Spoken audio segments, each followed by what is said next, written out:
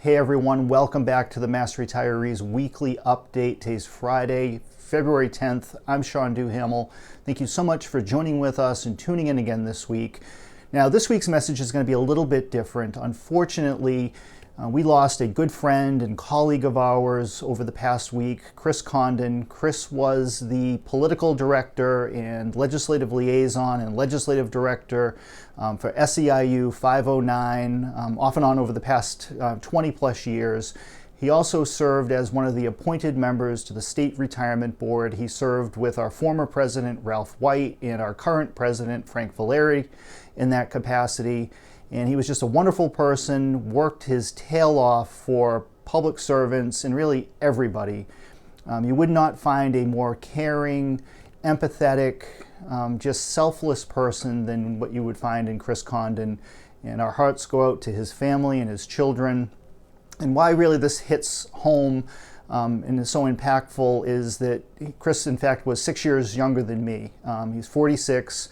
And passed away somewhat unexpectedly after a short illness. And it's really just devastating. Now, those of you who work for you and work with organized labor and in public policy, whether they be a government official or staff or really anyone involved in the type of work that we do on your behalf, it's a very small, close, tight-knit community that we've all been working together, in some cases for decades, quite literally. And particularly for those of us who have served in a legislative liaison or a legislative director or political director capacity, we've all spent a lot of time in the State House together, in the lobby, as lobbyists do, and in the past, some nights with all-night legislative sessions. And you get to know people, and you get to know about their families and their interests outside of work. And Chris was one of those people.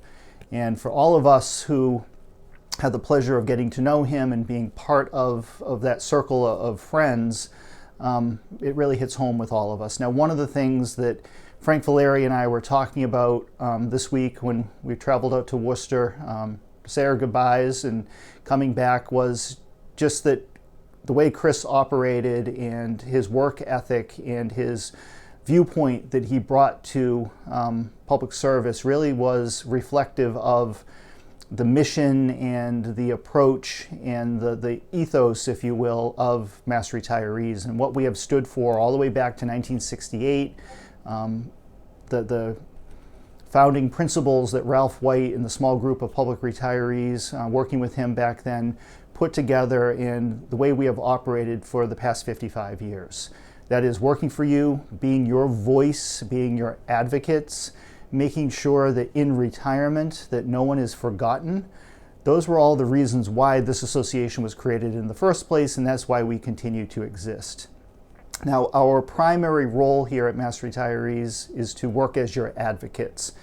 That's making sure that your retirement is secure, that you have peace of mind in retirement, that these benefits are not going to be reduced or somehow taken away. But it's also to try to build upon the success we've had in the past and better the retirement benefits that all of you are receiving. In addition to the advocacy, we're also a service organization. So as all of you know, you have my home telephone number, my cell phone number on the back of your membership card. Every member of our senior staff here at Mass Retirees is reachable at their home or their personal phone number if you can't get us here in the office. Because it's a service that is so important that we provide to our members, that we be accessible to you and that we're there for you in your time of need. And in reflecting back of the type of work that Chris has done for a very long time, over the past 2 decades, it really hit home with us. Now, contained within today's email message from me and also on the massretirees.com website, there is a link to a fantastic tribute written by Globe columnist Yvonne Abraham that appeared in Wednesday's Boston Globe. It really speaks to the work that Chris did, and it will give you a little bit of indication of the type of person that he was and just how important he was to a lot of different people, even though many of you have probably never heard of him before this video and today's email. But in addition, I also just want to follow up on a couple of other items that are just important and really reflect back or relate back to the core message, and that is the people who are working on your behalf, whether they be the folks involved here at Mass Retirees, whether it's myself or our other staff or our board members or our president, Frank Valeri, to all of our local retirement board officials. People are out there day in and day out, night and day, trying to make a difference on your behalf. And one of the great successes that we have had in recent years has been the growth in the improvements made to the cost of living adjustment, the COLA, particularly at the local level.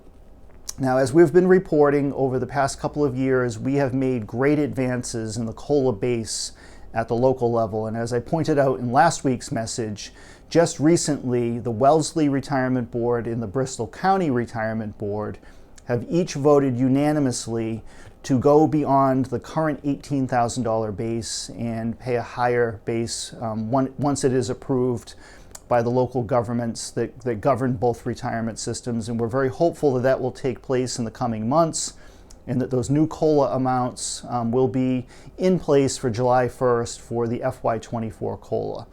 In the meantime, there is a lot of work going on locally to adopt the 5% COLA that was passed just this past fall. As all of you know, at the local level, every single local retirement system, all 102 boards, approved a full 3% COLA for FY23, the current fiscal year. Last fall, the legislature passed, and Governor Baker at the time signed, an additional 2%. So to bring the COLA percentage for FY23 up to 5% rather than the 3% that was authorized and paid back in July. Local systems are now going through the local acceptance process, which is really a two-part process. One being approval by the local retirement board. And as of today, 30 local retirement systems out of the 102 have adopted the full 5% COLA on whatever base happens to be in place at the local level for that system. The second step of that process is for the local government, so the Board of Selectmen, City Council, Retirement Board Advisory Council, and so forth, to also approve the COLA increase.